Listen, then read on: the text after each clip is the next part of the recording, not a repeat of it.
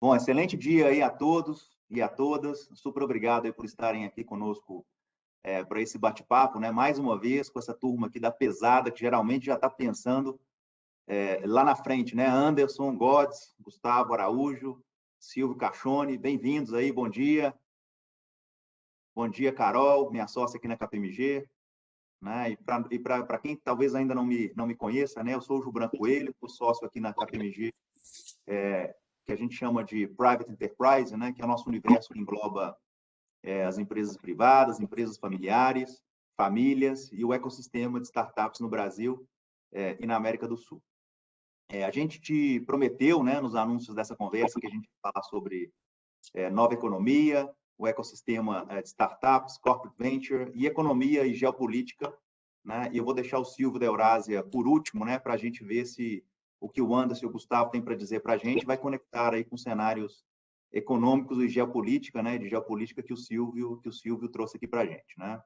E aí, para quem não sabe, aqui o foco da Eurásia, né, nos ajudar a entender os efeitos da política no mundo corporativo. A GoNew, né, é uma super comunidade com foco em governança na nova economia, e o Distrito é o maior hub de inovação aberta no Brasil.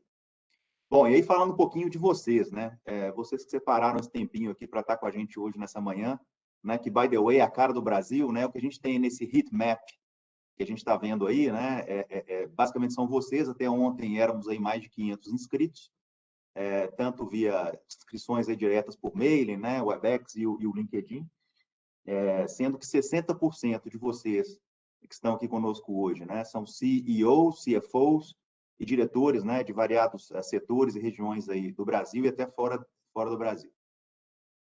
26% de vocês, né? Tem funções aí, roles variados no universo corporativo aí, como finanças, tributos, compliance, auditoria interna, entre outros. E temos aí também 16% de vocês que são consultores, professores, engenheiros de sistemas, engenheiros, né, entre outros.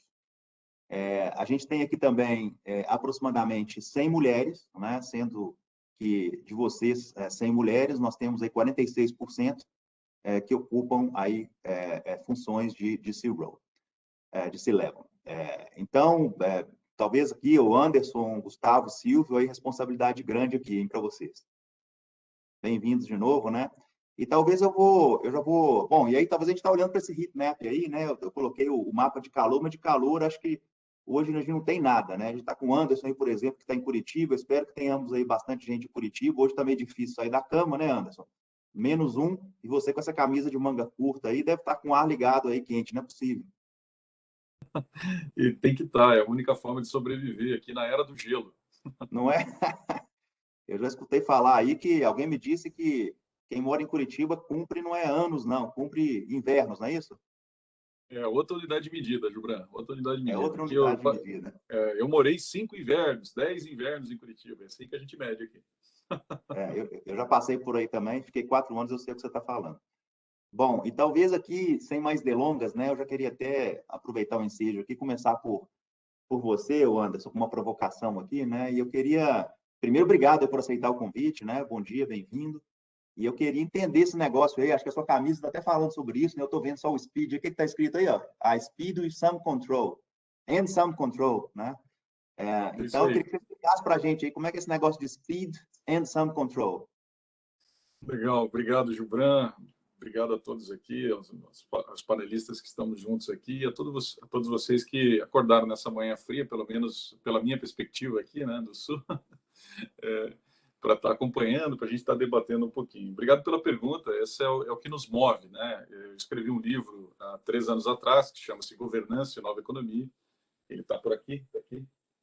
E esse livro começou a levantar um centro gravitacional de discussão a respeito de como que a gente endereça negócios velozes e, ao mesmo tempo, controle.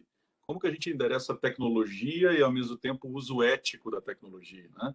Como que a gente endereça a regulação e, ao mesmo tempo, a questão da inovação. São uma série de contradições, Gilbran, e na nossa visão em GoNew, hoje são mais de 22 mil pessoas, pasme, em torno do livro, né? Uma comunidade que se formou nessa discussão. Mais de 600 pessoas já passaram pelos nossos programas, né? A gente é muito feliz assim com esse movimento. E, acima de tudo, nós não temos, é leviano dizer qual é a resposta, né? Qual é a resposta de você ter o uso ético da tecnologia sobre o preceito de dados ou sobre o preceito dos aspectos culturais de cada país, por exemplo, né? Nós temos regulações que são muito hiperlocalizadas. E como que a gente endereça esse controle em situações tão díspares assim que a gente tem no mundo, inclusive culturais, inclusive socioeconômicas. Tem uma série de aspectos. Por isso é que a gente se move hoje em comunidade, né? Se você pergunta o que é governança para um advogado, ele vai responder compliance, né? Se você pergunta o que é governança para um contador, ele vai te responder accountability, né? Se você pergunta para um empreendedor, o Gustavo pode falar com mais propriedade que eu, que faz um belíssimo trabalho lá no distrito, né? O empreendedor vai dizer assim, não sei o que é isso, mas eu estou vendendo, eu já discuto isso aí com você, certo? Então, por definição, e falo como um empreendedor que sou, não é a primeira coisa que vem à cabeça quando você fala de um negócio veloz, de uma startup, de uma pequena, uma média empresa. Ninguém cria uma startup nesse país pensando assim, hoje eu vou criar uma startup com super governança, né? Então, o nosso trabalho, que às vezes pode parecer um pouco estereotipado em camisetas e tal, é simplificar essa pegada para tornar isso mais acessível, e essa discussão mais acessível dessas empresas mais joviais, principalmente pequenas e médias empresas.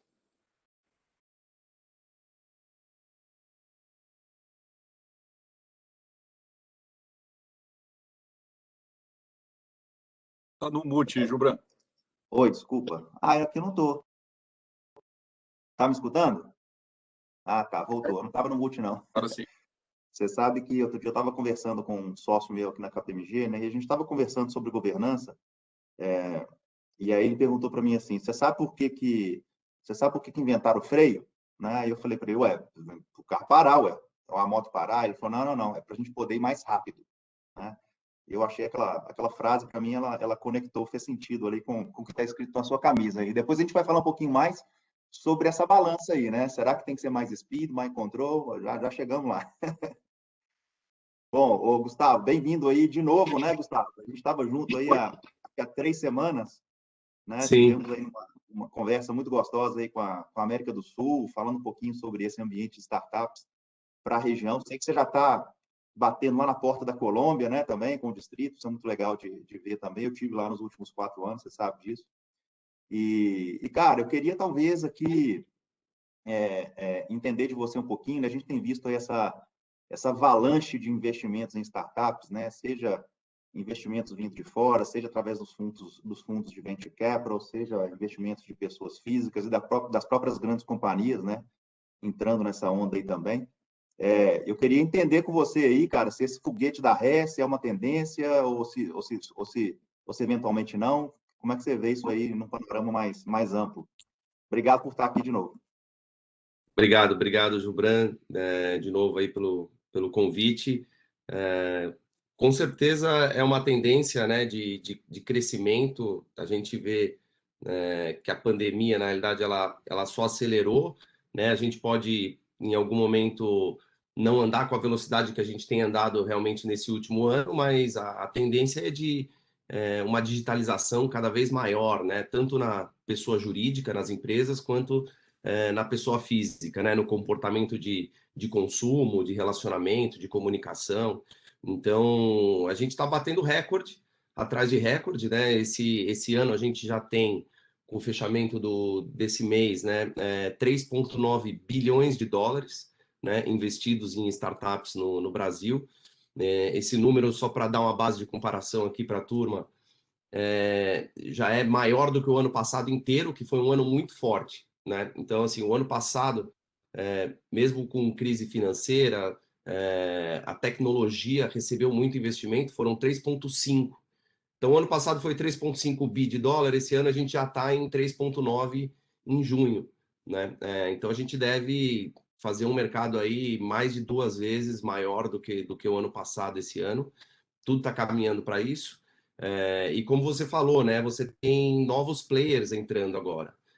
Se no ano passado a gente tinha um mercado basicamente, né, tomado por venture capitals brasileiros e alguns internacionais com presença no Brasil, agora você tem os corporate venture capitals, que são as empresas, né, também investindo em startups. Você tem uma atividade de M&A também cada vez mais forte. Então, o ano passado a gente fez, por dia útil, praticamente um M&A de startup dia sim, dia não, né? Então, numa semana, né, que começa de segunda a sexta, você tinha ali uma média de 3 startups sendo compradas por corporações o ano passado. Esse ano a gente já está numa média de uma por dia. Então, todo dia útil tem uma startup sendo comprada por uma corporação hoje no Brasil, né? Então, realmente o capital ele está muito maior, né, para startups, para investimento em venture capital, e isso é uma tendência que a gente não vê, né, voltando para trás. Pelo contrário, a gente só vê aumentando ao longo dos próximos anos. Quantas startups, mais ou menos, a gente tem no Brasil hoje, Gustavo? Você que é o dono dos dados aí. Hoje a gente olha aqui para 15.700 startups no Brasil, e dando já um panorama América Latina, quando a gente soma todos os outros países, México para baixo, você soma aqui mais 15.000, né? Então, somando a região inteira, Brasil e América Latina, a gente está falando aí de cerca de 31.000 startups na região. Bacana, né? O Brasil, ou seja, o Brasil, certamente entre Brasil e México aí deve ter um peso interessante, né, nesse conjunto, mas é bacana ver aí os países da América do Sul também, cada vez mais aí propícios a esse ambiente, né? E Sim, você já sim. teve... O Brasil acaba representando metade hoje do mercado de startups, é onde o mercado está mais aquecido, mas você tem a região toda, né? E tecnologia, realmente a barreira né, internacionalização ela é um pouco mais baixa, então a gente vai começar a ver em breve mesmo investimentos de venture capital, né, na América do Sul, na América Latina como um todo, empresas também brasileiras comprando startups argentinas, chilenas, enfim, por aí vai. A atividade ela deve começar a se regionalizar com o tempo. Ah, legal, não, bacana. Obrigado aí, Gustavo. Bom dia aí, Carol. Bom dia, Gibran. Bom dia, pessoal. Tá. Obrigada aí mais uma vez por estarem conosco hoje aqui. Temos vários assuntos para debater com vocês. E, bom, eu não podia deixar de falar, né, sobre diversidade. A gente está agora, dia 30 de junho, é o mês do orgulho LGBT, né? Acho que todos estamos celebrando o orgulho das nossas empresas e das nossas famílias também, né? Então, eu queria perguntar para vocês, né, primeiro para o Anderson, como ele tem visto o avanço desse tema nos conselhos, o que tem sido feito, como você vê que as mudanças que estão acontecendo, e também para o Gustavo, como ele tem visto a questão da diversidade no ecossistema de startups. Eu sei que a gente tem muito ainda para fazer, mas o que vocês têm visto aí que tem destaque poderiam compartilhar com a gente. Legal, Carol. Obrigado pela pergunta aí. Até numa semana em que a gente teve polêmicas aí, né? Eu até publiquei alguns artigos e saiu uma entrevista minha no Valor sobre essa questão da Anitta nos conselhos e tal, né? Muita gente analisando ali sobre o prisma, digamos, do marketing e tal, né? Então, para mim, diversidade, é claro, tem a questão do gênero, tem a questão dos excluídos, né? Das pessoas que têm menos acesso, menos possibilidades, né? Eu acho que isso tudo é muito importante ser tratado, ser endereçado, obviamente, mas tem também a diversidade do conhecimento nos conselhos, tem a diversidade de idade nos conselhos. E quando a gente fala disso, não são classicamente aqueles conhecimentos que nós aprendemos a ter nos conselhos tradicionais, né? Que é um cara de finanças, né? Um outro cara ali estratégico e coisa e tal. Então, para mim, eu guardo reservas, por exemplo, em relação a alguns dos comportamentos da cantora, especificamente, citando esse exemplo, se me permitem, mas eu acredito que, tecnicamente, a decisão para uma empresa digital como a Nubank, né, que disputa atenção como boca de funil, certo? Ela certamente pode agregar nesse tipo de skill de habilidade. Afinal de contas, ela conhece hoje o que nós chamamos em Google como day asset, o ativo do dia, né? Então, classicamente, a gente discutiria nas empresas mais tradicionais e empresas da economia real, digamos assim, questões associadas a ativos intangíveis, ativos tangíveis, né, e tal. O que nós discutimos em GoNew é o day asset, é o ativo do dia. E aí poucas empresas, inclusive digitais, possuem um ativo nosso, de um cliente, de um indivíduo, que ele demanda diariamente, né? E esse tipo de disputa de atenção é uma coisa que ela é expert, por exemplo. Agora, é o mesmo motivo pelo qual a Magalu compra o Jovem Nerd, né? No final do dia, você tem que estar estabelecendo estratégias de plataforma, estratégias de comunidade, estratégias de ampliar suas possibilidades de funil para que você consiga emplacar os seus produtos. E alguém nos conselhos precisa tomar essa decisão, né? Então, tem que ter esse repertório. É o que nós fazemos em GoNew, com essas mais de 600 advisors e masters que nós já formamos. Nós formamos pessoas justamente para endereçar esse tipo de skill, esse tipo de habilidade, para sentar nos conselhos na cadeira de inovação, seja de grandes empresas, ou seja, simplificando também os aspectos de governança para pequenas e médias empresas. Então, a diversidade, eu acho que ela tem um olhar, na nossa visão, um pouco mais ampla, né? É uma diversidade também de conhecimento, é uma diversidade de idade, é uma diversidade de lentes, eu diria. Muito legal. E realmente entender o público-alvo é muito importante, né? Então, dentro das cadeiras de conselho, é muito interessante ver, né, que a gente está saindo de um padrão e tem voltado mais para o que o cliente espera, para o que o cliente está procurando, e isso é muito importante. Então, parabéns pelo trabalho de vocês na GoNew. E, Gustavo, como é que você tem visto aí? Eu vi um recente report do Distrito falando sobre mulheres empreendedoras, né, startup, como está o ecossistema hoje de startups fundadas por mulheres, e que você pode compartilhar para a gente. Legal.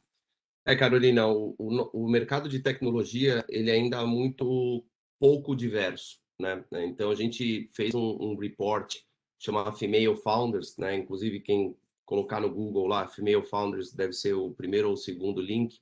Quiser baixar o report, tem uma estatística completa, com dados como, por exemplo, 90% das startups hoje do Brasil são fundadas exclusivamente por homens, né? E aí, desses 10% que sobram, 5% são startups fundadas exclusivamente por mulheres e 5% são fundadas por homens e mulheres, né? Ou seja, você tem pelo menos um homem ou pelo menos uma mulher ali no quadro societário da startup. Então, muito pouco, né? A gente está falando aí de 10% das startups só que tem uma mulher como cofundadora. E quando a gente olha ainda para as mulheres cofundadoras, por exemplo, 75% são mulheres brancas, né? Então, se a gente vai ainda no quesito racial, né, você tem ainda uma diversidade ainda pior. E quando a gente olha, por exemplo, aspectos de investimento, né, realmente o quadro ainda se agrava mais, ou seja, hoje só 0,04% do investimento de venture capital, ou seja, nada, foi para startups fundadas exclusivamente por mulheres. E quando a gente pega as startups fundadas, né, por mulheres e homens, sem considerar aqui as grandes startups, as scale-ups, a gente está falando ali de 2%, 3% do montante de venture capital no ano passado. Então, realmente, assim, o nosso mercado ele precisa de muitos programas, tá? Para aumentar a diversidade. E por quê, tá? Porque, obviamente, é o certo a fazer, mas, acima de tudo, os dados mostram que startups, por exemplo, que têm mulheres fundadoras, têm uma receita per capita, né? O dobro das startups que não têm. Então, os dados mostram que startups mais diversas tendem a ter também performance melhor. Então, a gente, né, incentiva aqui no Distrito com vários programas. A gente tem um programa para trazer negros para serem cofundadores, né, de startups, então, que chama Black Apps. A gente está fazendo agora um Female Scale, que é uma aceleradora exclusiva, né, para fundadoras mulheres. Então, a gente quer, incentivar que as mulheres empreendam em tecnologia e tem um programa de aceleração específico para isso. Enfim, gratuidade nos programas. Então, assim, startups fundadas por negros ou mulheres, elas não pagam para fazer parte da comunidade do distrito por um bom período, né? Então, e ainda é pouco, né? A gente acha que o mercado precisa se mobilizar ainda muito mais, porque realmente os dados mostram que falta muita diversidade hoje na tecnologia no Brasil. Perfeito, realmente é assustador, né? Quando a gente vê 10% apenas de startups fundadas por mulheres e o problema ele é estrutural, né? Ele é muito amplo. Então a gente realmente precisa colaborar. Aqui na KPMG nós temos alguns programas também, inclusive com a We Ventures e o Impact, onde a gente também está investindo em startups e dando mentoria para empresas que precisam desse suporte para continuar crescendo. Então, ainda temos um caminho longo para trilhar, né, Gustavo? Branco, você tem mais uma perguntinha, né, para os nossos dois convidados, antes da gente passar para o Silvio. Não, eu tô... Não, obrigado aí, Carol, obrigado, Gustavo e Anderson, né? Mas é muito interessante ver a discussão dessa agenda de inclusão e diversidade, né, que está se acelerando a cada ano. Esse foguete aí, acho que não dá ré de jeito nenhum, né? E com certeza vai promover ambientes aí, de fato, que gerem muito mais performance e que façam com que as pessoas se sintam quem elas são, né? E quando a gente é quem a gente pode ser quem a gente realmente é no nosso ambiente de trabalho também. Isso contribui para o todo, sem dúvida alguma, né? A gente estava, aqui na KPMG, a gente estava aí por esses dias fazendo uma reunião de estratégia, né?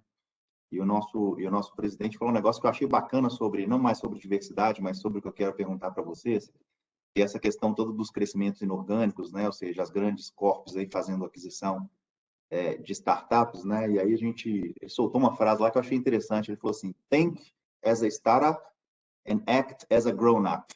Eu achei bacana, porque conectou com o momento que a gente estava endereçando ali, né? Então, não sei, talvez aqui para o Gustavo e para o Anderson, né? Fique à vontade quem quiser começar, mas para o Gustavo, acho que você até passou um pouco por isso, né, Gustavo? Fica à vontade para explorar também um pouco mais, se esse movimento ele veio para ficar e um pouco da sua perspectiva também. E para o Anderson entender um pouquinho essa questão também, fique à vontade para comentar, né, os dois, mas também entendendo um pouquinho dessa questão, brincando até com a palavra aqui do speed and control, né, talvez, Anderson? Porque tem questões aqui, quando uma Big Corp adquire uma startup, né? Talvez a Big Corp, naquele esquema de ser mais... ter aquela camada de compliance mais forte, mais pesada, né? Dependendo do tamanho, até sendo mesmo uma corporação muito pesada, e traz uma coisa muito leve para dentro, com esse objetivo de inovar, mas se solta muito, quebra o compliance, se segura muito, não traz a inovação, não traz aquela leveza e aquela agilidade, né, cara? E esse equilíbrio, onde é que fica, né? E esse movimento veio para ficar? Então, não sei, quem quiser começar aí, por favor. Fica à vontade. Bom, vamos lá. Vai lá, Anderson. Dá meus 20 centavos aqui. Veja, eu acho que dividido em duas partes aí, Gilberto, sem dúvida veio para ficar, né? Nós somos um país diverso e a gente naturalmente já encampa essas discussões. Eu, por exemplo, moreninho assim, né? Eu tenho um sobrenome polonês, né? Tive até que encurtar ele, aí o pessoal do marketing mandou eu cortar no meio aí. Então, minha irmã é loira de olho verde, né? Então, meu pai é polacão, minha mãe morena. Então, eu ia na casa dos italianos, moreninhos, e ia na casa dos poloneses, dos avós, né? E um achava que o outro estava certo e metia pau no outro. Então, essa diversidade eu vivi na minha casa com as famílias diferentes, italianos e poloneses aí, né? E eu acho que certamente isso veio para ficar. Acho que é um mundo que emerge, onde mais plural, né? Onde você tem aí... eu acho que a dificuldade, o desafio é da gente acomodar essas questões dentro de um espaço razoável e elegante de discussão, com um generoso espaço ao contraditório, né? Eu acho que esse é o desafio, né? E aí a gente tem muito, às vezes, essa coisa sendo levada a extremos, o que não é bom, né? Então, poucos espaços como esse aqui, lá em Gunil, a gente também tenta propiciar. A gente tem um generoso espaço ao contraditório, mas de uma discussão em que a gente cresce com o contraditório, não a gente se afasta, né? Eu acho que esse vem o desafio. E aí, conectando essa coisa com a dificuldade de culturas diferentes entre grandes corporates, né? O Gustavo pode falar com dados e mais riqueza, mais propriedade, mas o que nós temos estudado em Unil, o meu livro, por exemplo, é um dos standards de você discutir uma das facetas da questão da governança, que é a governança da empresa per si, né? A governança para uma empresa jovial, para uma pequena, uma média empresa. Então, o livro ele aponta ali, olha, você tem uma empresa, você está se desenvolvendo, assim como eu criei a minha, fundei e vendi, e os advogados falaram para mim que eu teria tido 3 vezes maior o meu exit, né? E doeu no bolso, eu fui estudar governança, só que eu fui depois, né? A gente tentou, então, simplificar isso para que os próximos empreendedores possam fazer isso de forma antecipada, né? No nascedouro dessas empresas e tal, com artefatos, com coisas que sejam mais simples. Só que isso só resolve uma parte da questão. Quando você coloca, Gibran, a questão das corporates, né? Nós tivemos um exemplo aqui, se me permite comentar, mas é público, né? A questão da Natura, uma excelente empresa, né? Com referências em termos de ESG muito fortes, né? Nos 3 eixos aí, se relacionando com uma empresa que é a Singu, né? Que também faz um trabalho bacana, né? De uma pessoa que é um dos caras aí que tem uma trajetória, não é um empreendedor fresco, né? Ele já empreendeu outras vezes, né? E mesmo assim, você teve, no final do ano passado, no começo desse ano, não lembro, uma discussão ali sobre a relação das 2 empresas que beirava muito as questões de controle e de governança, que não estavam ali bem endereçadas, o posicionamento, a resposta para isso, inclusive, ofendeu as ações da Natura na época. Então, veja, nós estamos falando aqui de uma outra discussão. A primeira discussão que o meu livro endereça bem, o Caderno de Governança para Startups, do qual eu sou um dos coautores do IBGC, também endereça bem, o meu livro feito em 2017, o caderno do IBGC lançado em 2019, eles endereçam uma parte dessa discussão que é a governança per si nas empresas. A outra parte, que é das corporates nessa relação, é a governança de portfólio de startups, que não é um desafio só das corporates, não. É um desafio de fundos, é um desafio de family offices que lidam com essa questão de cada vez mais investir nesses ativos digitais, governados por vezes, né? E como é que a gente estabelece uma proxy nessas relações? Então, neste momento, nós estamos criando esse conjunto de achados, né, dentro desse princípio nosso que nós temos em comunidade, que é essa construção coletiva de saberes, e a gente está procurando endereçar justamente isso, porque para isso não tem referência, né? Para a governança de startups, tem 2 boas referências, que são o meu livro e o Caderno de Governança do IBGC. Para a governança de portfólio de startups, cada fundo, cada family office, cada corporate está fazendo o seu, mas não existe uma referência publicada. É isso que a gente está construindo nesse momento. Pô, que bacana, o Anderson. Obrigado, cara. Eu queria saber se o Gustavo concorda aí, Gustavo. O que você tem para... Qual que é o seu 20 centavos aí nesse caso, então, também? Boa. Não, concordo. Realmente, o que as corporações aprenderam, né, agora nos últimos 2 anos, mas muito especificamente nos últimos 12 meses, né? Elas aprenderam que o investimento e a aquisição de startups acelera muito o processo de transformação, né? Então, entre você construir dentro de casa uma solução proprietária, levar essa solução ao mercado, né? Você tem vários riscos aí inerentes.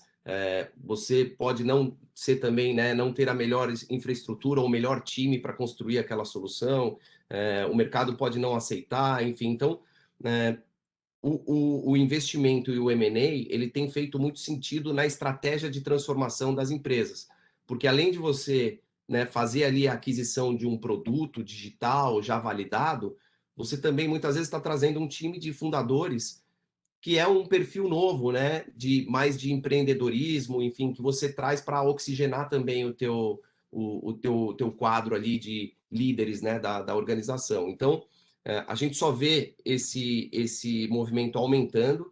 A gente tem grandes, né, corporate venture capitals que foram anunciados e que estão ainda esquentando os motores. Então, assim, o dinheiro desses CVCs ainda não foi para o mercado, né? Então, você tem o Fleury e o Sabin anunciaram um fundo de 200 milhões de reais. A própria Via, né, ex-Via Varejo, agora só Via, anunciou também um fundo de 200 milhões de reais.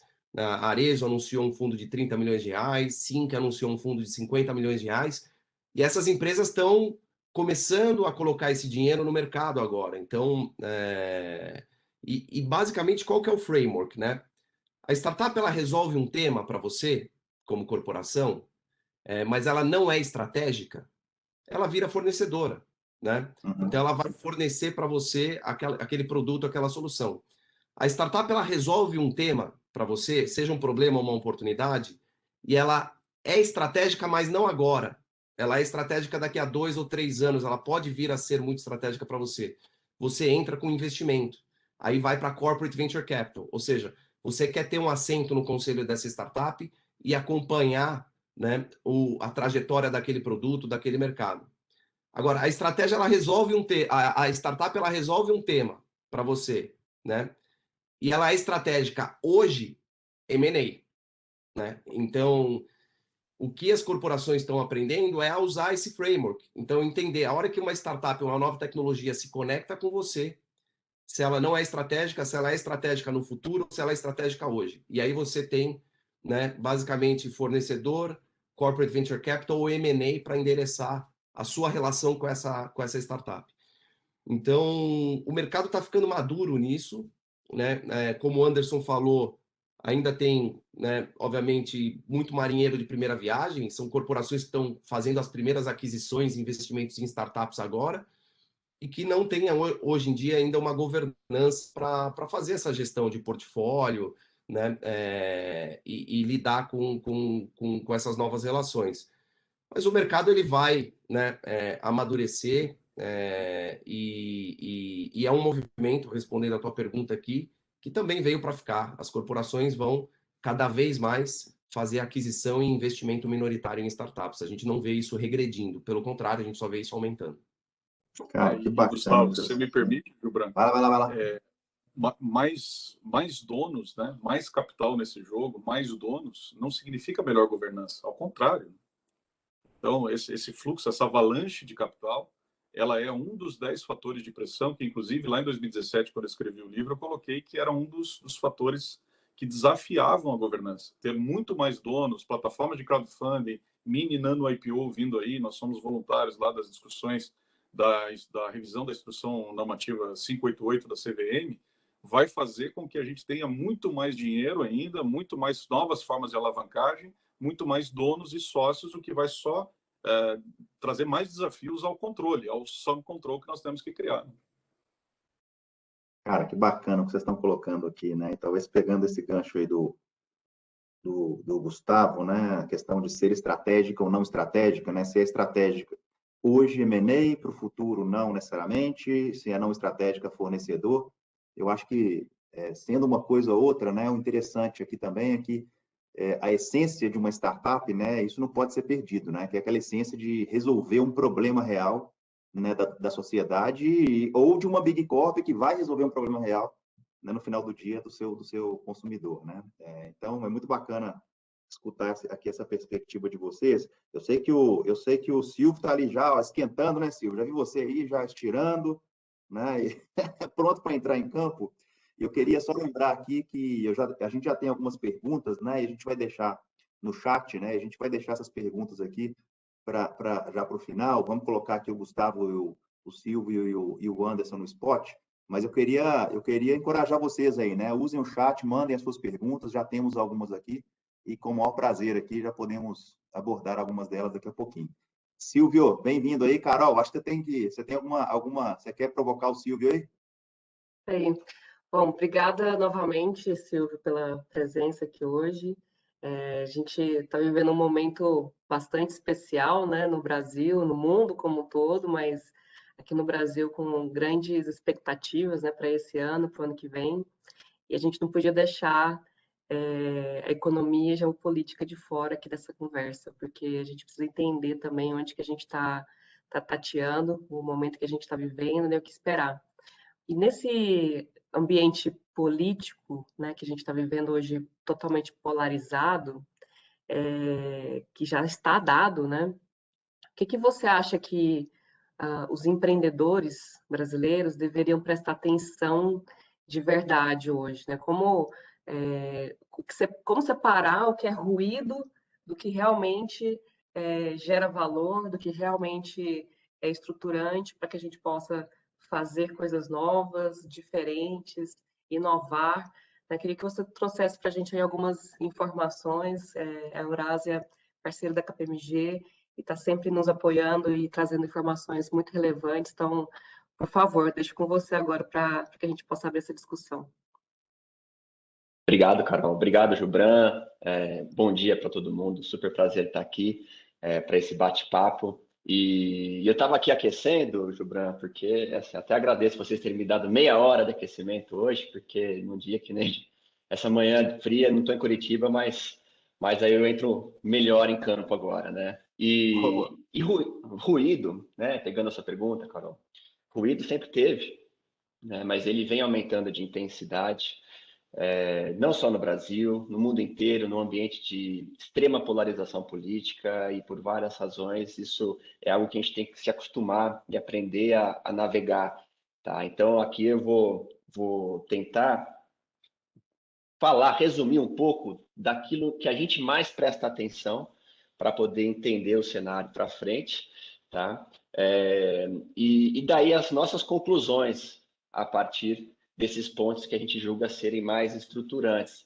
E aí ajuda a navegar um pouco esse tanto de incerteza e risco. Claro que o Brasil ainda é um país com enormes desafios e tem bastante risco para monitorar. Isso é extremamente importante para todas as empresas, mas especialmente para aquelas que estão começando, para aquelas que estão no ambiente de maior risco, tem muito menor margem de erro. Mas apesar desses desafios e dos riscos, também tem um ambiente de negócios cada vez mais favorável no Brasil ao empreendedorismo, inovação e investimento, graças a um ciclo de reformas que vem avançando nos últimos anos no Brasil e que destaca o Brasil, inclusive, em relação a outros países emergentes, América Latina, outras regiões, tá? Então, quem soube identificar esse ambiente mais favorável, essas mudanças positivas no ambiente de negócios no Brasil, e quem estiver prestando atenção nos próximos passos pode ter alguma vantagem para navegar esses mares mais turbulentos. Então, bom, se você puder passar o próximo slide, primeiro eu queria começar falando daquele fator que tem sido o principal determinante do cenário político e econômico de todos os países do mundo desde fevereiro de 2020. Não dá para falar nada a respeito de política, economia, etc., sem falar de pandemia, tá? Então, aqui, eu só queria iniciar chamando a atenção para o fato de que a gente está cada vez mais perto do fim da pandemia. O segundo semestre tende a ser um semestre de forte recuperação da economia no Brasil e de melhora no ambiente político, pelo menos em relação a fevereiro, março desse ano, ao que a gente assistiu no começo do ano, porque a pandemia está cada vez mais sob controle. Tá? Claro que ela não acabou. Infelizmente, muita gente ainda tem se contaminado e tem ficado seriamente doente por causa da Covid. Muitos ainda vêm a óbito, a taxa de óbitos ainda permanece elevada. Mas, em termos de tendência, a gente já está se encaminhando para o fim desse pesadelo. E isso muito em função da vacinação. Tá? Houve muita dúvida ao longo do ano sobre quão rápida seria a vacinação no Brasil, mas desde o início do ano a gente vem insistindo. Gente, o Brasil, claro que poderia vacinar mais rápido do que está fazendo, mas ainda vai ter uma vacinação rápida para padrões internacionais. O Brasil vai vacinar mais rápido que a maioria dos países latino-americanos, tá? Não vai ficar muito atrás dos países desenvolvidos. E mesmo quando você compara o Brasil com países que vacinaram mais rápido, como o Chile, o mix de vacinas do Brasil é melhor. Então, vai levar a um cenário político, econômico, social melhor ao longo do segundo semestre. Aqui que eu estou falando, que esses gráficos estão mostrando, até o fim de setembro, como os governadores têm dito, de fato, parece crível, a gente concorda com a avaliação que até o fim de setembro todos os adultos brasileiros vão ter tomado a primeira dose. Tá? E até o fim do ano, o Brasil já fechou a população adulta com as 2 doses, e aí a gente vai estar, ao longo do terceiro trimestre, vendo um ambiente cada vez mais propício à atividade econômica, e lá para o fim do ano já volta à normalidade. Tá? Então, a gente pode ir aos poucos tirando esse fator do nosso cenário político para 2021, 2022, principalmente, quando a gente falar do cenário para as eleições, a pandemia ela tem um peso, mas é no retrovisor, e não mais com a gente convivendo com essa incerteza. Aí, se puder passar para o próximo slide, Carol. Sabendo disso, né, sabendo que a pandemia começa a se dissipar, o que a gente tem que prestar mais atenção para poder entender para onde vai o cenário político? Tá? Aqui eu chamaria atenção para o índice de aprovação do presidente. Em qualquer país, isso não é só no Brasil, o índice de aprovação do presidente é o indicador que melhor sintetiza, resume o ambiente de opinião pública. É claro que vale a pena, é legal olhar uma pesquisa de intenção de voto hoje, falta 1 ano e meio para a eleição, mas sempre gera manchete, conversa com a família, mesa de bar, que a gente não pode ir agora, mas logo vai poder voltar. E aí, nossa, né, o candidato A está na frente, ou o candidato B parece interessante, está crescendo. É sempre muito bacana. Mas há tanto tempo da eleição, ela ainda tem uma série de problemas. Tem muito candidato que não é conhecido, muito eleitor nem está pensando em eleição, então responde meio sem pensar as pesquisas. Mas quando você pergunta para o eleitor se ele aprova ou desaprova o governo, ele tem uma resposta, porque ele pensa a respeito disso ao longo do governo, ele reage ao noticiário. E essa informação, ela não serve somente para a gente projetar o resultado da eleição de 22, poder imaginar quem tem mais chance, quem tem menos chance, mas ela também serve de informação para os parlamentares, para o governo, para todos os agentes políticos em Brasília, sobre como reagir ao noticiário. Tá? Então, isso aqui, para nós, é a principal âncora do cenário, é o principal indicador estruturante aqui para a gente poder balizar o nosso cenário. O que tem de interessante nessas bolinhas? Tá? Essas bolinhas, elas representam a taxa de aprovação e taxa de rejeição do governo. Tá?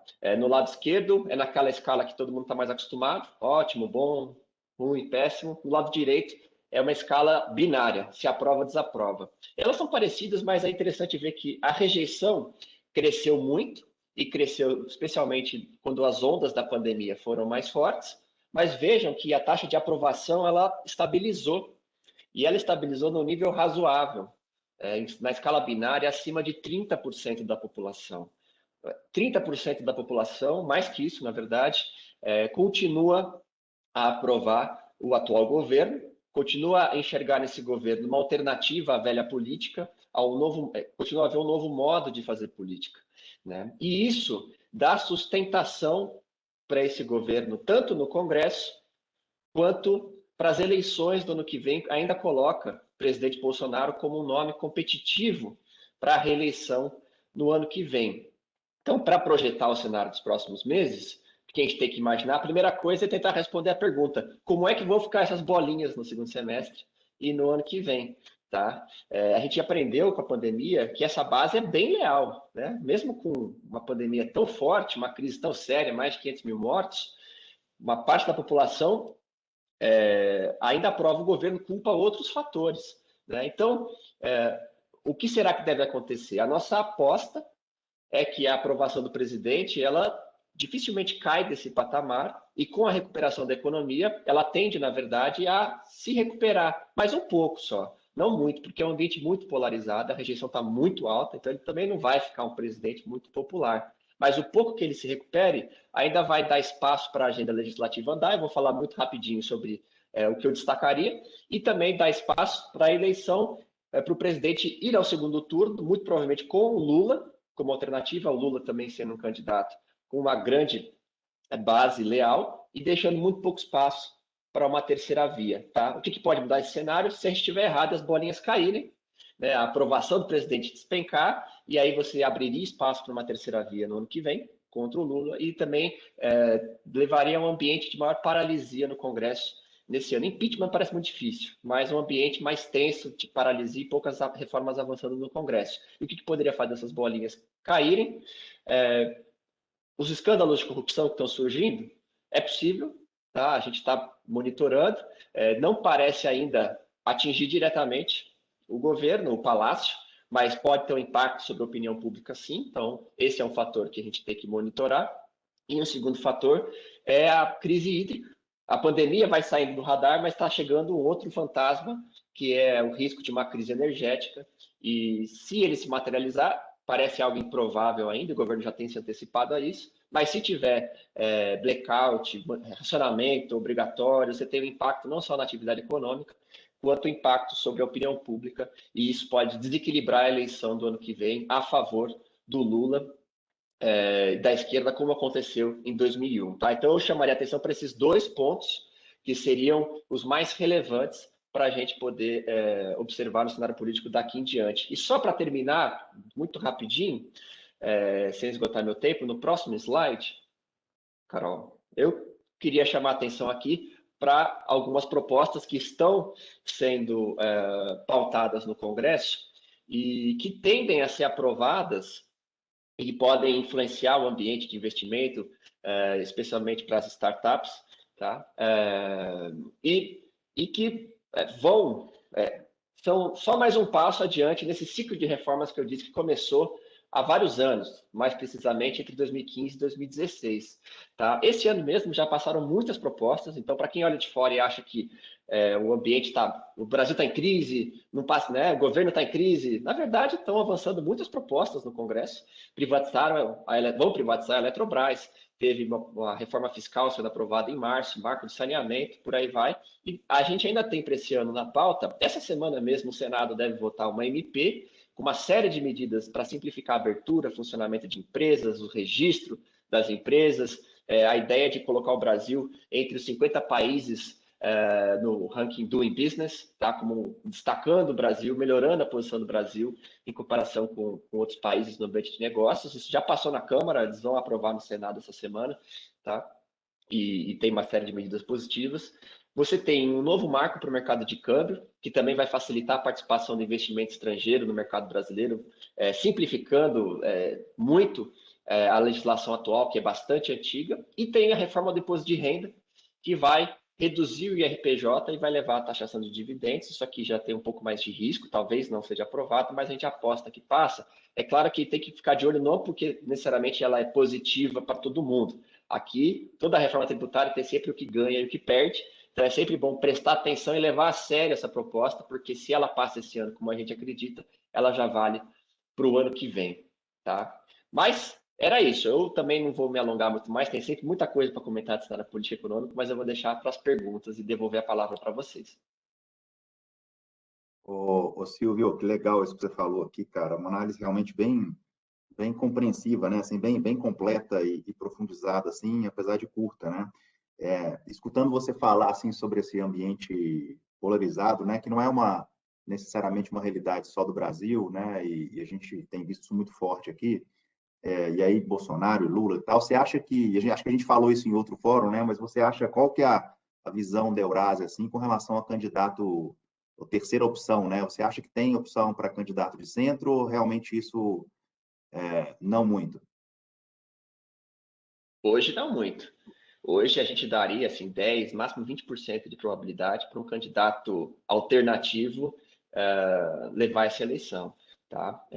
Porque tanto a base do Lula, cerca de 24% das pessoas no Brasil se identificam como petistas. Quando você pergunta qual partido, já responde PT. Você vê que é uma torcida maior que a do Flamengo, que a do Corinthians. Assim, é bastante gente, né? E já é uma base muito sólida para levar o Lula ao segundo turno. Bolsonaro, a mesma coisa, tem uma base bastante leal. Isso aumenta muito a barra para qualquer outro candidato e ainda é um campo fragmentado nesse meio, né?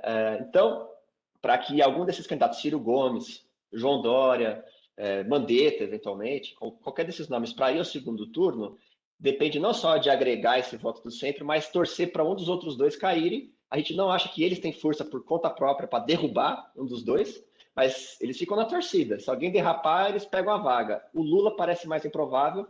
Bolsonaro tem risco por causa de crise hídrica, como eu falei, a questão da corrupção. Se o apoio a ele murchar, abre mais espaço para a terceira via. Ah, legal, não, muito obrigado aí, Silvio. Eu queria deixar talvez mais uma para você aqui, e ao mesmo tempo, para falar sobre ESG, eu queria te fazer uma perguntinha sobre o E, né? E talvez já deixar um espaço aqui para o Anderson e para o Gustavo. Eu sei que vocês dois também, assim como nós aqui na KPMG, a gente tem trabalhado muito forte na agenda de ESG, deixar um espaço aí para vocês fazerem algum comentário sobre isso também, né? Mas antes de fazer essa consideração aqui, o Anderson, enquanto a gente estava aqui, você estava apresentando, ele provocou a gente aqui, falou, poxa, pode colocar aí um link, ó, eu estou colocando aqui no chat, eu acho que chega para todo mundo, né? Que nesse link aí, né, Anderson, como é que é? O que você está sorteando? Está dando? Como é que é o negócio? Então, o pessoal pediu aí no chat o livro. Hoje a gente concede gratuitamente o livro, né? Ele nem é mais vendido dentro desse nosso trabalho de conscientização da importância, né? Da disseminação da importância de simplificar os aspectos de governança, atingir mais pessoas. A gente tem um propósito de impactar 1 milhão de empresas no Brasil com Speed and Sum Control. E por isso hoje o livro é distribuído, está nesse link aí. E mais, para quem está assistindo aqui ao vivo, pode entrar no site da GoNews, tem um chatzinho lá, que a gente faz sempre uma coisa muito bacana, a KPMG aqui também nos apoiando. Você quer uma camiseta dessa aqui, ó, Speed and Sum Control, né? Acredita nessa coisa também? É só escrever no chat, hashtag lá no íconezinho do WhatsApp, desse bate-papo, escreve lá, hashtag GoNewKPMG. E a gente vai mandar essa camiseta para você na sua casa e também um livro físico, para quem gosta, vai poder ter aí. Então, obrigado aí, Espaço a KPMG, para ampliar esse propósito, que é muito bonito, a gente tem feito com muito carinho. Com o maior prazer. E eu vou me inscrever lá também, ó, que não acho que não dá para vocês verem, talvez dê. Eu também gosto aqui de velocidade, ó, tá vendo ali em cima? Ó, então eu vou me inscrever para ganhar uma camisa dessa, porque velocidade sem controle não é nada, né? É isso aí. Bom, pessoal, a gente daqui a pouco vai vir aqui para as perguntas que vocês estão colocando no chat, tá? E tem umas coisas bem legais aqui, viva a diversidade, né? Tem até algumas discordâncias, a gente vai passar por elas. E talvez aqui voltando para essa provocação que eu fiz sobre o ESG, né? E aí pensando primeiramente aí em você, Silvio, e aí pensando talvez na letrinha do E, né? Você acha que a atuação dos líderes empresariais aqui no Brasil, que essa atuação ela pode ajudar na política ambiental, né, do país de alguma forma? Eu acho que com certeza, mais de uma maneira, tá? E não só dos líderes empresariais, claro que eu vou focar neles, mas todos os brasileiros. É muito importante. E isso por quê? Porque essa letrinha não é só uma questão da moda. Né? Isso aqui, a questão da mudança climática e a questão ambiental está se tornando um fator cada vez mais relevante na geopolítica internacional e também na economia internacional. A gente não está falando aqui só de combate à poluição, desmatamento, a gente está falando aqui de um novo ambiente, uma transição, né, assim, histórica, né, da economia global, uma nova revolução, onde a gente vai fazer uma conversão energética, saindo dos combustíveis fósseis para combustíveis limpos, renováveis, e existe cada vez mais, no âmbito internacional, um foco nessa transição energética e em mecanismos de acelerar o investimento em fontes alternativas de energia e em maneiras de capturar o carbono da atmosfera. Então, aqui a gente não está falando só de algumas iniciativas para atender uma demanda do consumidor, né? O consumidor quer se sentir bem, sentir que está fazendo a sua parte com a natureza, então valoriza empresas que cumprem com essa função. Não, a gente está falando aqui de temas estratégicos globais, a rivalidade Estados Unidos-China cada vez mais sendo pautada também pela rivalidade nesse campo da transição energética, a China dominando boa parte das cadeias de produção nessa área, os Estados Unidos querendo recuperar terreno, colocando centenas de bilhões de dólares nesse tipo de ação e uma negociação internacional para criar mecanismos de crédito de carbono, formas de países desenvolvidos e investidores poderem transferir mais recursos para países emergentes, como o Brasil, para financiar a captura de carbono e a proteção da natureza das matas nativas. E o Brasil tem uma vocação, por causa da posição geográfica, dos recursos naturais, e mesmo da história do Brasil, história política do Brasil, tem uma vocação para a liderança desse processo, de participar da liderança desse processo global de combate à mudança climática.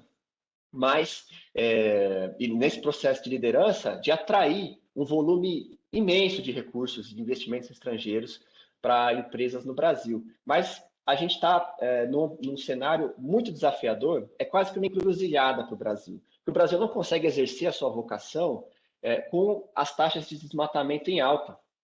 Tá? E isso não é algo que a comunidade empresarial brasileira percebeu, mas o próprio governo brasileiro tem se preocupado a respeito disso. Enquanto as taxas de desmatamento continuarem subindo, o Brasil não só vai deixar de receber recursos, muitos fundos estrangeiros deixam de investir no Brasil, colocam o Brasil em quarentena, né? Mas você passa a ter risco de sanções ao Brasil, boicotes ao Brasil.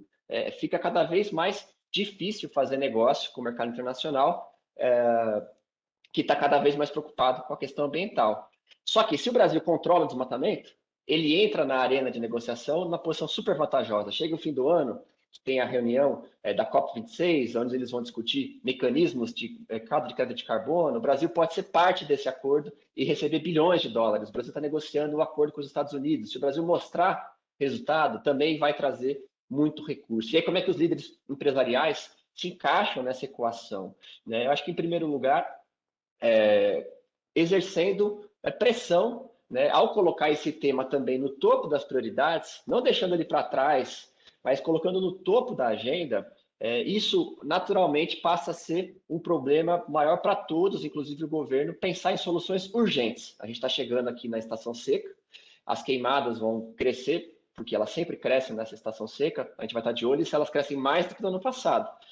Vai ter também um aumento do desmatamento, ele cresce nessa época, todo mundo vai estar de olho nesse indicador. Então, é muito urgente tomar ações para evitar um cenário pior para o Brasil em relação aos anos anteriores. Então, trazer esse tema para a agenda e pressionar é o primeiro papel. Agora, o segundo ponto não é só por pressão, porque a solução não está só no governo. Não é só o governo botando polícia, botando agentes para monitorar a Amazônia que vai controlar o desmatamento. É uma área extensa demais.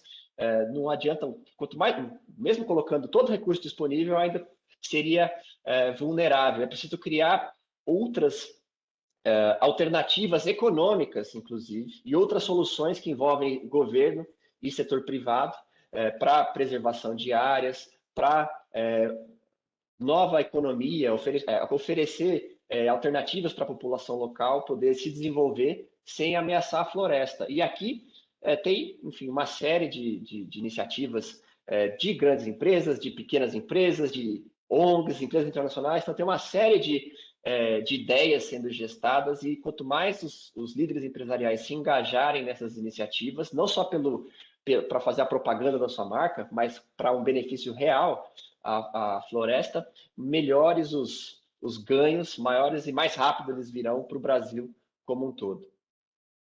Maravilha, que show, hein? Ô, Gustavo, eu sei que o distrito está aí dentro da agenda do ESG também, né? Com muito dado, com startups específicas mapeadas, né? Eu vi você falando sobre isso outro dia. Você quer deixar uma palhinha para a gente? Claro. A gente lançou um hub, né, de ESG, então a gente está monitorando todas as startups de ESG que atuam hoje no mercado brasileiro. São 740, né, que estão hoje sendo monitoradas aí nesse trabalho, e o que a gente percebe é que as corporações, né, elas podem se tornar mais sustentáveis, podem, né, gerar um impacto positivo maior para a sociedade, ter mais governança, adotando a inovação aberta, né? Então, né, você tem 740 startups que podem te ajudar nesse processo. Você não precisa, né, criar dentro de casa, e normalmente ESG não é só uma questão de tecnologia, é também uma questão conceitual, né? Então, assim, as empresas precisam aprender um pouco mais sobre né, o impacto ambiental, sobre o impacto social, sobre governança, e você tem nas startups normalmente especialistas, né, que podem ajudar as corporações nessa transformação. Então, nesse processo de transformação das corporações, né, para um nível maior de ESG, de sustentabilidade, né, as startups vão desempenhar um importante trabalho aqui. Então, também convido aí quem quiser buscar. A gente publicou 2 relatórios gratuitos, né, no site do Distrito, www.distrito.m de Maria E de Elefante, distrito.me, e vocês podem buscar lá. A gente está, né, colocando todo esse mapeamento das 740 startups de ESG que podem ajudar a turma que está escutando a gente aqui a ser mais, né, sustentável e gerar um impacto social maior.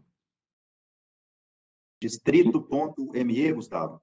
Distrito.me, tá lá, ESG Tech Report. Já estamos no segundo mês de mapeamento e tanto o mês passado quanto esse são gratuitos lá para download. Eu adoro esses relatórios do distrito, cara. Às vezes eu entro lá, fico navegando, é cada um mais bonito, né? E cheio de conteúdo que o outro. Boa. Ô Anderson, você quer fazer algum comentário aí com relação a essa agenda aí do ESG? Eu acho que, sem dúvida, né, a gente tem que endereçar. Eu acho que eu já comentei um pouquinho aqui dessa questão das excentricidades, das especificidades que nós temos, né, num país tão plural, né? Você brincou um pouquinho, Gilbran, com a questão do clima, né? Mas acho que é um pouco essa diversidade que nós temos também de várias etnias e tal. E eu fico muito feliz de ver, por exemplo, o distrito como sendo uma das grandes referências hoje, fazendo um trabalho tão bacana. Esse relatório também adorei, né? Mergulhei lá e vi todo o mapeamento das startups, né? E como tem hoje soluções, né? Eu tive a oportunidade, Gilbran, assim que saiu a pandemia, né? A GoNew, ela nasceu ali no Cuba, a quem a gente é muito grato. A gente agora já foi lá para o Leonard Village da HSM com a Singularity, mas nós nascemos no Cuba 3 anos atrás. E nessas discussões que nós tínhamos sobre as questões de governança lá no Cuba, etc. e tal, a gente via claramente a necessidade de endereçar esse tipo de coisa, né? De endereçar uma discussão sobre ESG. E quando saiu a pandemia, eu lembro que nós fomos muito impactados porque o Cubo foi o primeiro ambiente de inovação do país que fechou. Teve um caso dentro do Cubo de Covid e eu tinha até um evento tal, assim, que foi cancelado, tal, foi aquilo nos tocou tão profundamente que nós levantamos uma hashtag, já vai fazer 1 ano e meio atrás quase, né? Nós levantamos uma hashtag que significava Startup versus Covid-19, né? E essa hashtag, em 3 semanas, na época, né, eu fui parar no Jornal das 10, da Globo News e tal, foram mais de 3,5 milhões de interações nas redes sociais, foi muito interessante. Nós levantamos mais de 1.000 empresas que tinham soluções que ajudavam a endereçar desde diagnóstico, né, até questões que não diretamente relacionadas à pandemia e tal. Então, essa mobilização e o ecossistema de inovação, eu acho que ele é pujante em oferecer soluções de uma maneira rápida para essas questões que emergem como dores, né, da sociedade em geral. E o ESG é mais um deles, e o mapeamento que o Gustavo, que o Distrito faz, é excepcional para endereçar isso. Eu acho que a gente deve se utilizar e incentivar cada vez mais o ecossistema de inovação a trazer soluções, porque é ele que está olhando para o futuro e está mais próximo do futuro. Então, vamos chamar o futuro para ajudar no presente. Né? Isso aí. Anderson, a Carol já está olhando para mim aqui, querendo me matar, porque a gente já está... Quando a conversa é genuína, né? A gente vai se estendendo um pouquinho. Está bem gostoso esse bate-papo aqui. Alguns de vocês até comentando isso aqui no chat, né?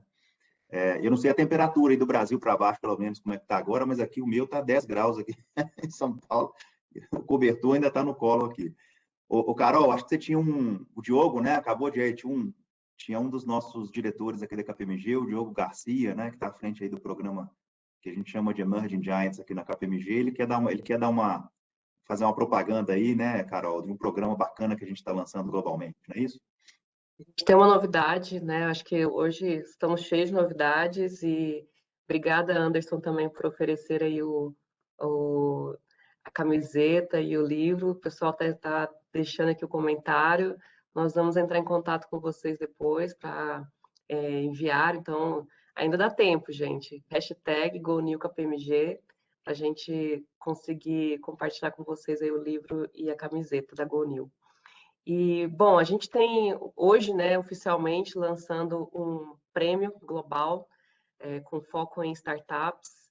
Então, Diogo, apresente para nós essa novidade, primeira vez aqui no Brasil, como é que funciona e convidamos aí todos vocês a participarem também. Bom dia a todos, bom dia Carol, bom dia Gilbran, Gustavo Araújo, meu amigo, tudo bom? Anderson, prazer, Sérgio também. E eu vou fazer um link aqui com que o Anderson falou de futuro, tá? a gente está bem conectado com... E eu estou muito contente, primeiramente, de estar aqui, né, nesse fórum altamente qualificado. E quando a gente fala de futuro, a gente quer falar também de tecnologia e de startups, né? Como o Gibran e a Carol falou, né, eu sou o líder do programa Emerging Giants aqui na KPMG, e aqui em primeira mão a gente lança para vocês o Global Tech Innovator, tá? Que é uma competição global, onde a gente reconhece as startups, as empresas mais inovadoras do mundo. Então, esse prêmio ele acontece não apenas no Brasil, como também em outros 15 países do mundo.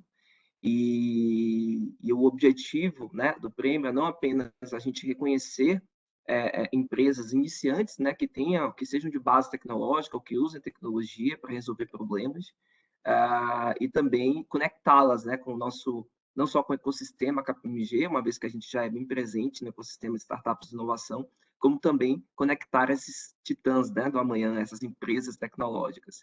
E aí, Carol, vamos falar um pouquinho da elegibilidade, né, que acho que a turma deve estar curiosa para saber quem pode participar desse prêmio, que não tem custo para participar, tá? E eu vou explicar um pouquinho aqui sobre a elegibilidade, critérios e o importante prazo, né? Para que vocês possam compartilhar aí com seus contatos ou até mesmo se inscreverem no prêmio, tá?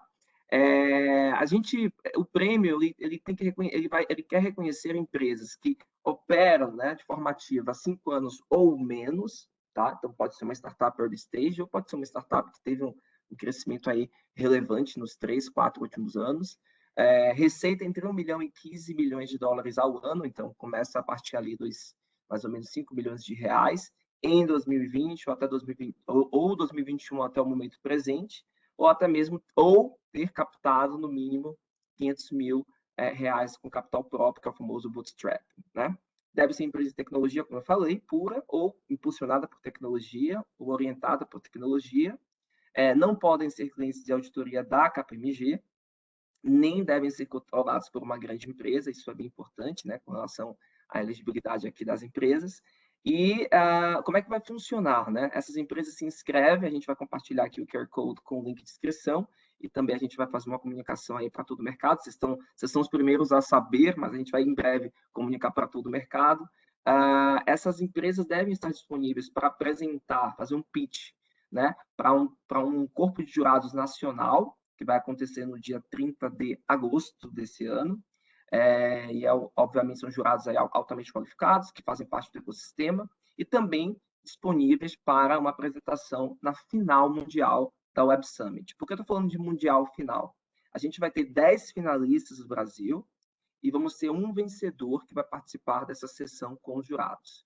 Cada país participante terá um vencedor e teremos a competição mundial no Web Summit em novembro, onde será eleito o vencedor mundial do Global Tech Innovator. E a gente quer ter Brasil lá, a gente quer ter Brasil ganhando nesse prêmio, com certeza. Então, pode passar para o próximo slide, Carol. Quais são os critérios, né? Com base em que nós vamos avaliar essas empresas? Disrupção e inovação, né? Seria redundante aqui, né? Não falar muito disso. Potencial de mercado, né? Que é se de fato essa empresa tem potencial para crescer naquele mercado, está resolvendo o problema de fato.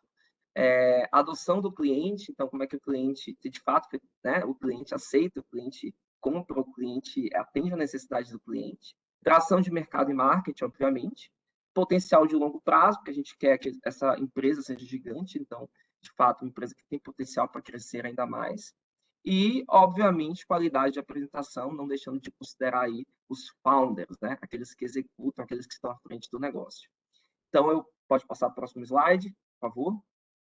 Aqui, a gente tem, as inscrições vão até o dia 23 de julho, então a gente tem aí mais ou menos 23 dias. Vocês podem escanear aqui o QR Code, que vai dar acesso ao link de inscrição, e compartilhar também aí nas suas redes, porque garanto que vai ser um prêmio muito bacana. Não tenho dúvidas que será uma das maiores premiações de startups inovadoras do mundo, e eu estou muito contente, né, da gente estar liderando aqui esse prêmio, e obrigado aí pela oportunidade de compartilhar aqui com vocês nesse fórum, tá bom? Esse foi meu pitch. Poxa, obrigado. Diogo. Obrigada mais uma vez. Pessoal, nós vamos deixar aqui também no chat o link para quem quiser acessar, a gente vai tirar essa apresentação, mas se inscrevam, participem. Nós vamos ter várias rodadas, né, de seleção e também a grande oportunidade de participar do Web Summit como finalista da premiação. Então, nós estamos extremamente felizes aqui de anunciar, né, essa premiação aqui hoje, nesse evento, e contamos com a participação de vocês, compartilhando também com seus colegas, com seus amigos, e vamos lá, vamos nessa juntos. Gibran, agora a gente encerra aqui nas nossas apresentações e passamos para perguntas. A gente tem várias perguntas aqui dos nossos convidados. Você vai passar alguma aí para eles, né? Então fica com você agora. Não, posso sim. Obrigado, Carol. E talvez eu começo aqui com um dos... Bom, a gente foi instigar o pessoal a fazer comentário. Eu estou com dificuldade de escolher aqui, porque é pergunta que não acaba mais, mas talvez eu comentaria aqui, né? Obrigado ao Ricardo, né? Dando parabéns aí aos palestrantes, né? E pelas discussões de muita qualidade. A Camila, né? Balieiro, né? Alves, que está aqui comentando. A Carolina, é muito bom ver você representando nós mulheres nesse bate-papo. Alguém comentou que saiu, né? Representando nós nesse bate-papo incrível. Eu vejo aqui o pessoal está perguntando, o pessoal gostou do negócio aqui da camisa do livro, viu, Anderson? A pergunta que saiu com alguma frequência sobre o link, né? Acho que a gente passou aí. E hashtags aqui, GoNewKPMG, hashtag KPMG Distrito aqui para todo lado, ó, realmente muitos comentários com essa hashtag, muito legal. Bom, e talvez eu vou jogar aqui, ó, não sei, bom, vou começar pelo Anderson aqui, eu vi que tem uma pergunta que conecta bastante com você aí, né, Anderson, com relação a, bom, aqui, ó, quem fez foi o Rodrigo Pérez, e ele falou assim, ó, obrigado aí, Rodrigo, pela sua pergunta, né, ele falou assim, ó, aproveitando o link do Anderson com a CVM, eu gostaria de saber a opinião deles com relação, desculpa que vai mudando aqui à medida que a gente vai recebendo perguntas, com relação às questões regulatórias dos setores. Por muitas vezes, o valor que a startup traz é desburocratizar, o que, por vezes, esbarra em regras regulatórias ou setores não regulados. Qual a visão dos convidados quanto a isso? Se deve empreender e amadurecer a ideia primeiro e depois buscar adequação / mudanças na regulação? Ou esse passo deve vir antes? Aqui é mais ou menos o ovo a galinha primeiro, inovação, regulação primeiro, né? Acho que se eu pudesse...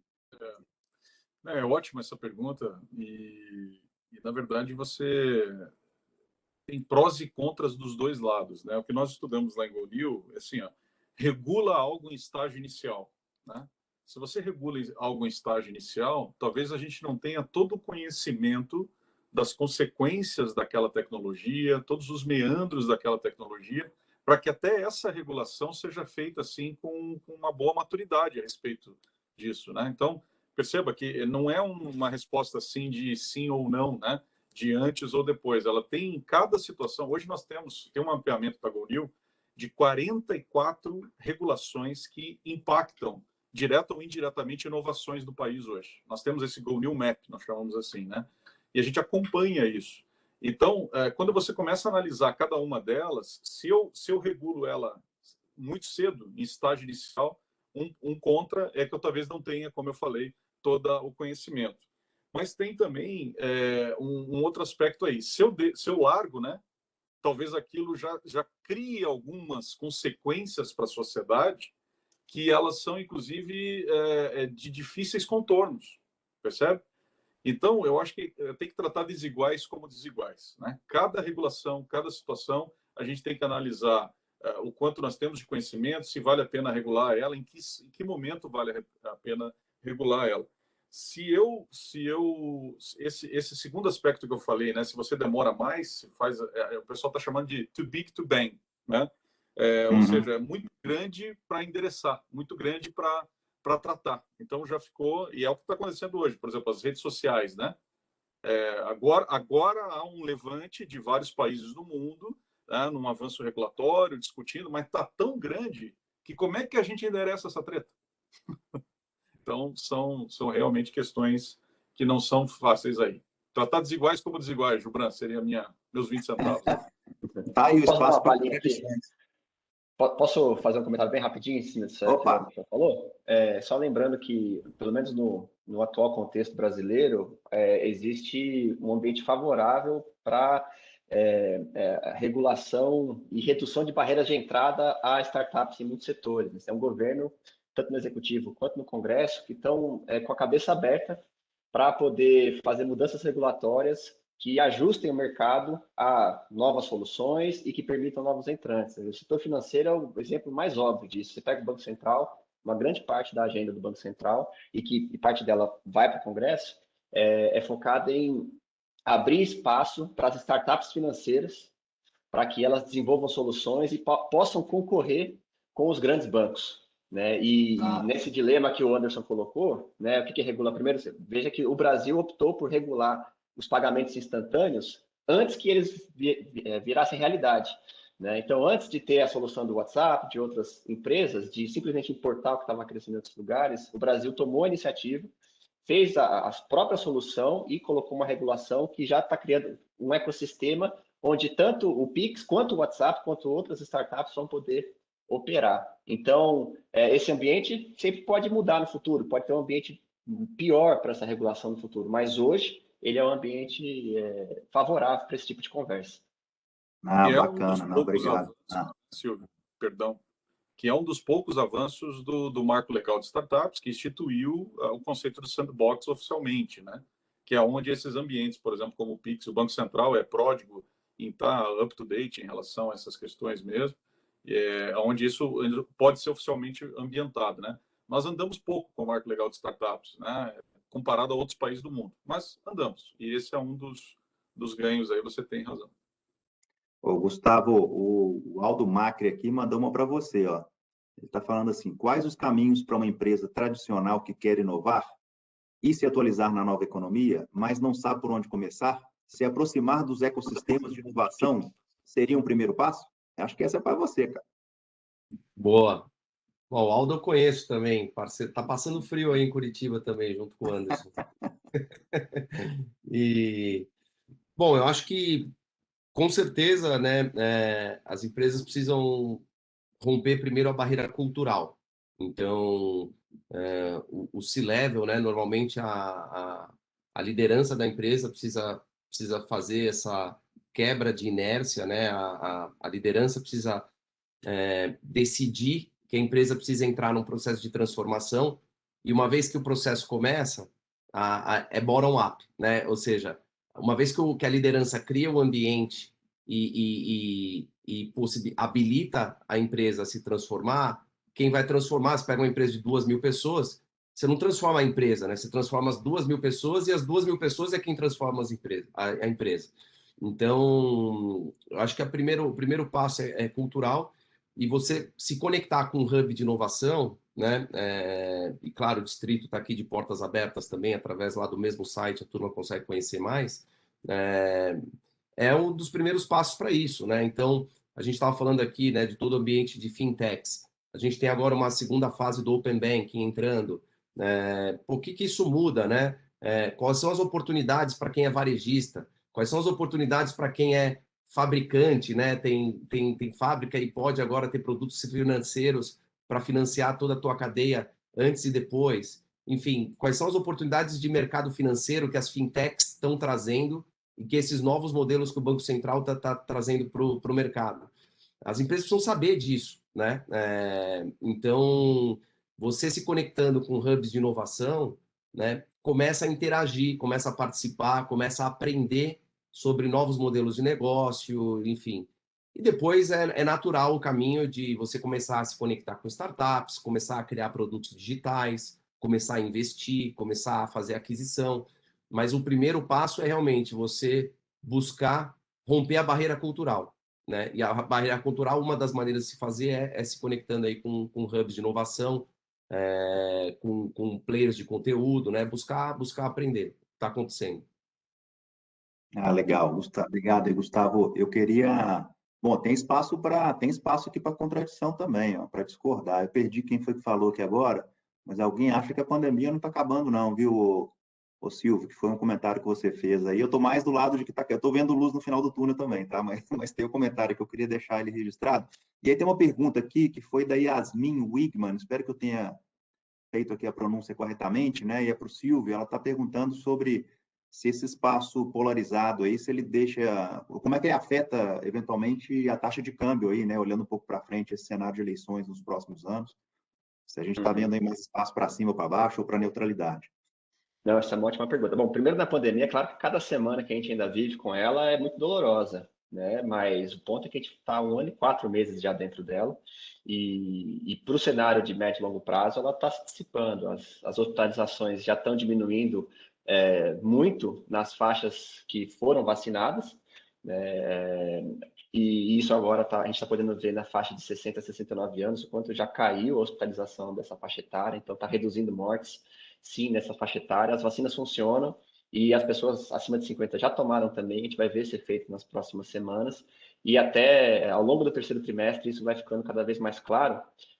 A gente deve chegar no final de setembro, claro que ainda tendo que usar máscara em vários ambientes, etc., mas sem restrições como a gente ainda tem hoje na atividade econômica, já com o comércio em melhor posição para funcionar, e até o fim do ano já com um grau de mobilidade de volta ao pré-pandemia, né? Aquilo que a gente olha para Nova York, Europa hoje com inveja, né, que eles já estão vivendo, né? Eles podem andar sem máscara, eles podem ir em eventos públicos, podem ir em show, podem ir no estádio. Isso aqui no Brasil, no final do ano, vai ser realidade. Tá? Então, essa não é só uma esperança, isso é que os dados estão indicando para nós quando a gente olha para o cenário político e econômico. Tá? Mas, e aí a taxa de câmbio nesse bolo todo aqui, ela, né, tem altíssima volatilidade. A gente viu como no começo do ano ela disparou para 5,70, 5,80, agora já está voltando para casa de 4,90, e essa volatilidade ela não vai embora tão cedo, mas os fatores que permitiram a apreciação do câmbio nesses últimos meses, pelo menos do ponto de vista político, devem continuar. Né? O câmbio ele se fortaleceu nesses últimos meses, em parte por causa da alta do juro, e o Banco Central tem todo o incentivo para continuar subindo para controlar a inflação, tá? Não no nível que vá prejudicar a atividade econômica demais, ele está tirando estímulo, mas ele não vai botar o juro na casa de 2 dígitos, é coisa na ordem de 6% ao ano que a gente está falando, né, no mercado. Isso ajuda a apreciar o câmbio. E, principalmente, a questão fiscal, que foi o motivo pelo qual o mercado estressou tanto no começo do ano, o medo de perder o controle da política fiscal, do gasto do governo crescer demais. E esse medo ele se dissipou. Conforme a pandemia vai deixando de ser um fator de risco, existe menos perigo de descontrole fiscal, né? O teto de gasto ele se mantém tanto para esse ano quanto para o próximo ano. Então, pelo menos por esses fatores, claro que aqui eu não vou considerar os fatores externos, Banco Central americano, sempre tem um monte de variáveis que podem afetar o câmbio, mas aqueles que dizem respeito ao Brasil, eles indicam um ambiente mais favorável para a moeda, ela tende a se apreciar. Mas o que pode mudar isso? A eleição do ano que vem. Aí quando você traz a eleição para o cenário, conforme as pessoas vão olhando para a eleição, elas começam a projetar 23 para frente, aí as questões fiscais voltam para o radar. E aí, se você tem a reeleição desse governo, enfim, tem dúvidas sobre o fiscal, né? Como já foi no passado, pode voltar a ter dúvidas sobre o teto de gasto, tá? Mas é uma continuidade, a gente sabe mais ou menos com o que a gente está lidando. Agora, se você traz outros candidatos, não só o Lula, mas na terceira via, como seria com o Ciro, né? Enfim, quais os outros nomes que estão na disputa, como eles vão tratar a questão fiscal. Isso pode trazer de volta risco para a desvalorização do câmbio ao longo do ano que vem. Tá? Então é bom ficar de olho, na dinâmica eleitoral, na popularidade do presidente, como eu mencionei, para poder se antecipar a esses movimentos e, se for o caso, se proteger de uma oscilação para o seu negócio. Silvio, a gente está aqui, falta 3 minutinhos, mas tem uma pergunta que conecta bastante com o que você está comentando, que é da Adriana Rocha, se você puder falar rapidamente. Ela pergunta se a proposta tributária que se apresenta hoje, os moldes, ela não iria contra um ambiente favorável à inovação? Eu acho que o risco que existe dessa reforma, de modo geral, inclusive para a inovação, é na calibragem das alíquotas. O governo foi muito conservador na proposta e colocou uma taxação elevada, tá? Por vários motivos. E aí, quando você soma o imposto de renda da pessoa jurídica, que cai, mas cai pouco, e a taxação de dividendos, que sobe bastante, ela pune o empreendedor. tá? Mas essa calibragem vai mudar no Congresso. O Paulo Guedes já está falando de como eles vão reduzir a alíquota do corporativo, taxação de dividendos também o Congresso está querendo reduzir. Então, o resultado final não vai ser esse, e pode ser um resultado final em termos de alíquota que já não muda tanto para o empreendedor, que não seja muito diferente do que é hoje. E aí, qual que é a mudança que tende a ser positiva, inclusive para os novos empreendedores? Quando você coloca uma taxação de dividendos e reduz a taxação da pessoa jurídica, você aproxima o Brasil do mercado internacional, no sentido que você encoraja a retenção de capital na empresa e o reinvestimento. Tá? Você desencoraja a distribuição de dividendo para o acionista e você encoraja que a empresa fique com o dinheiro e invista naquilo que ela é mais rentável. O que isso faz?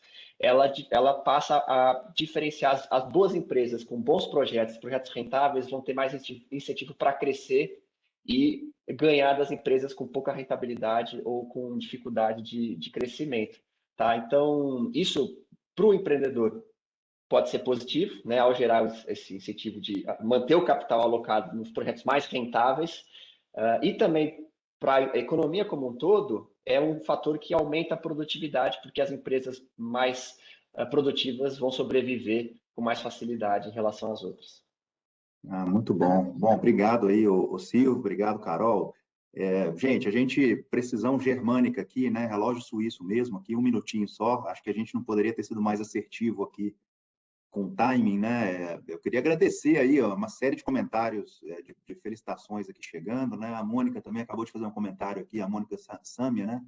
Sobre a eventualidade da gente fazer um evento específico para o setor de turismo, que foi tão impactado, né? Acho que não tem nenhum problema, a gente vai circular isso aqui dentro da KPMG, muitos hashtags GoNew, KPMG, Distrito KPMG, por que não Eurásia KPMG também, né, Silvio?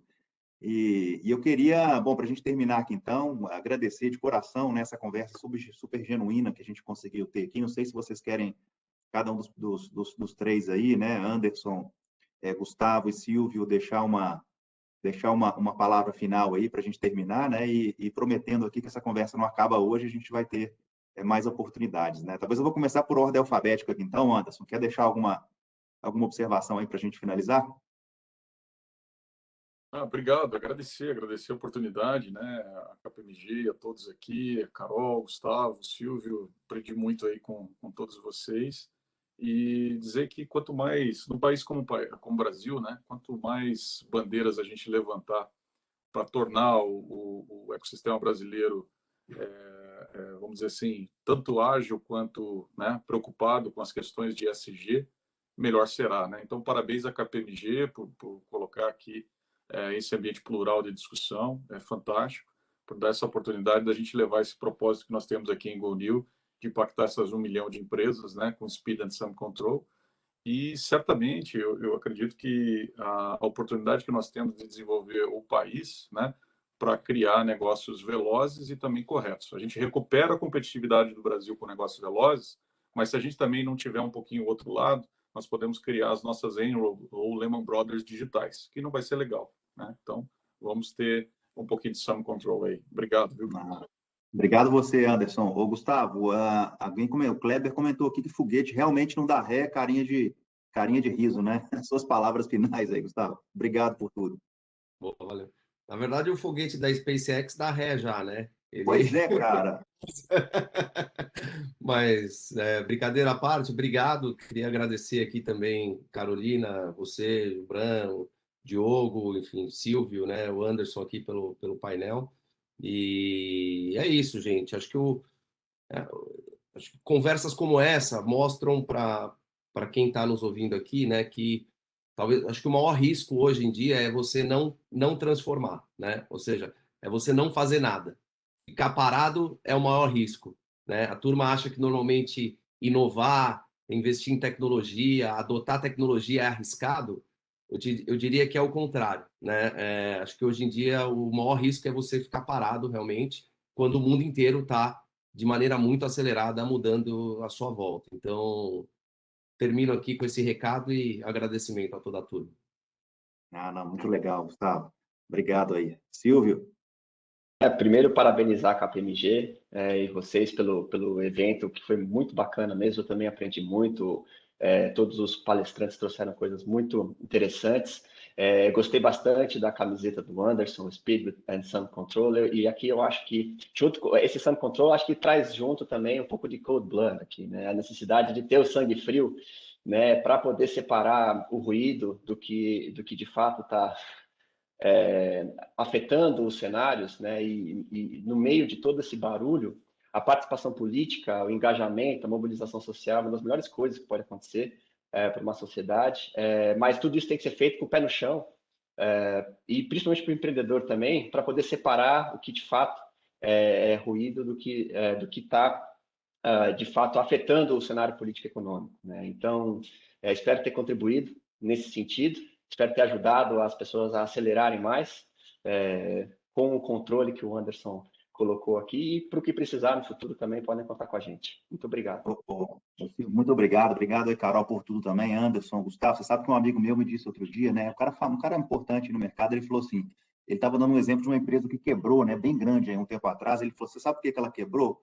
Porque ela continuou fazendo muito bem o que ela sempre fez, né? Então, Gustavo, conectando aí com essa deixa que você colocou aí também. Obrigado, gente. Show de bola. Vamos continuar junto aí, né? Hashtag GoNews, Distrito, Eurásia e KPMG. Tamo junto, tá? Até a próxima. Obrigada, pessoal. Bom restinho de dia para vocês. Até mais. Até a próxima. Tchau, tchau. Valeu, pessoal. Um abração, Carol, Gibran. Tchau, tchau.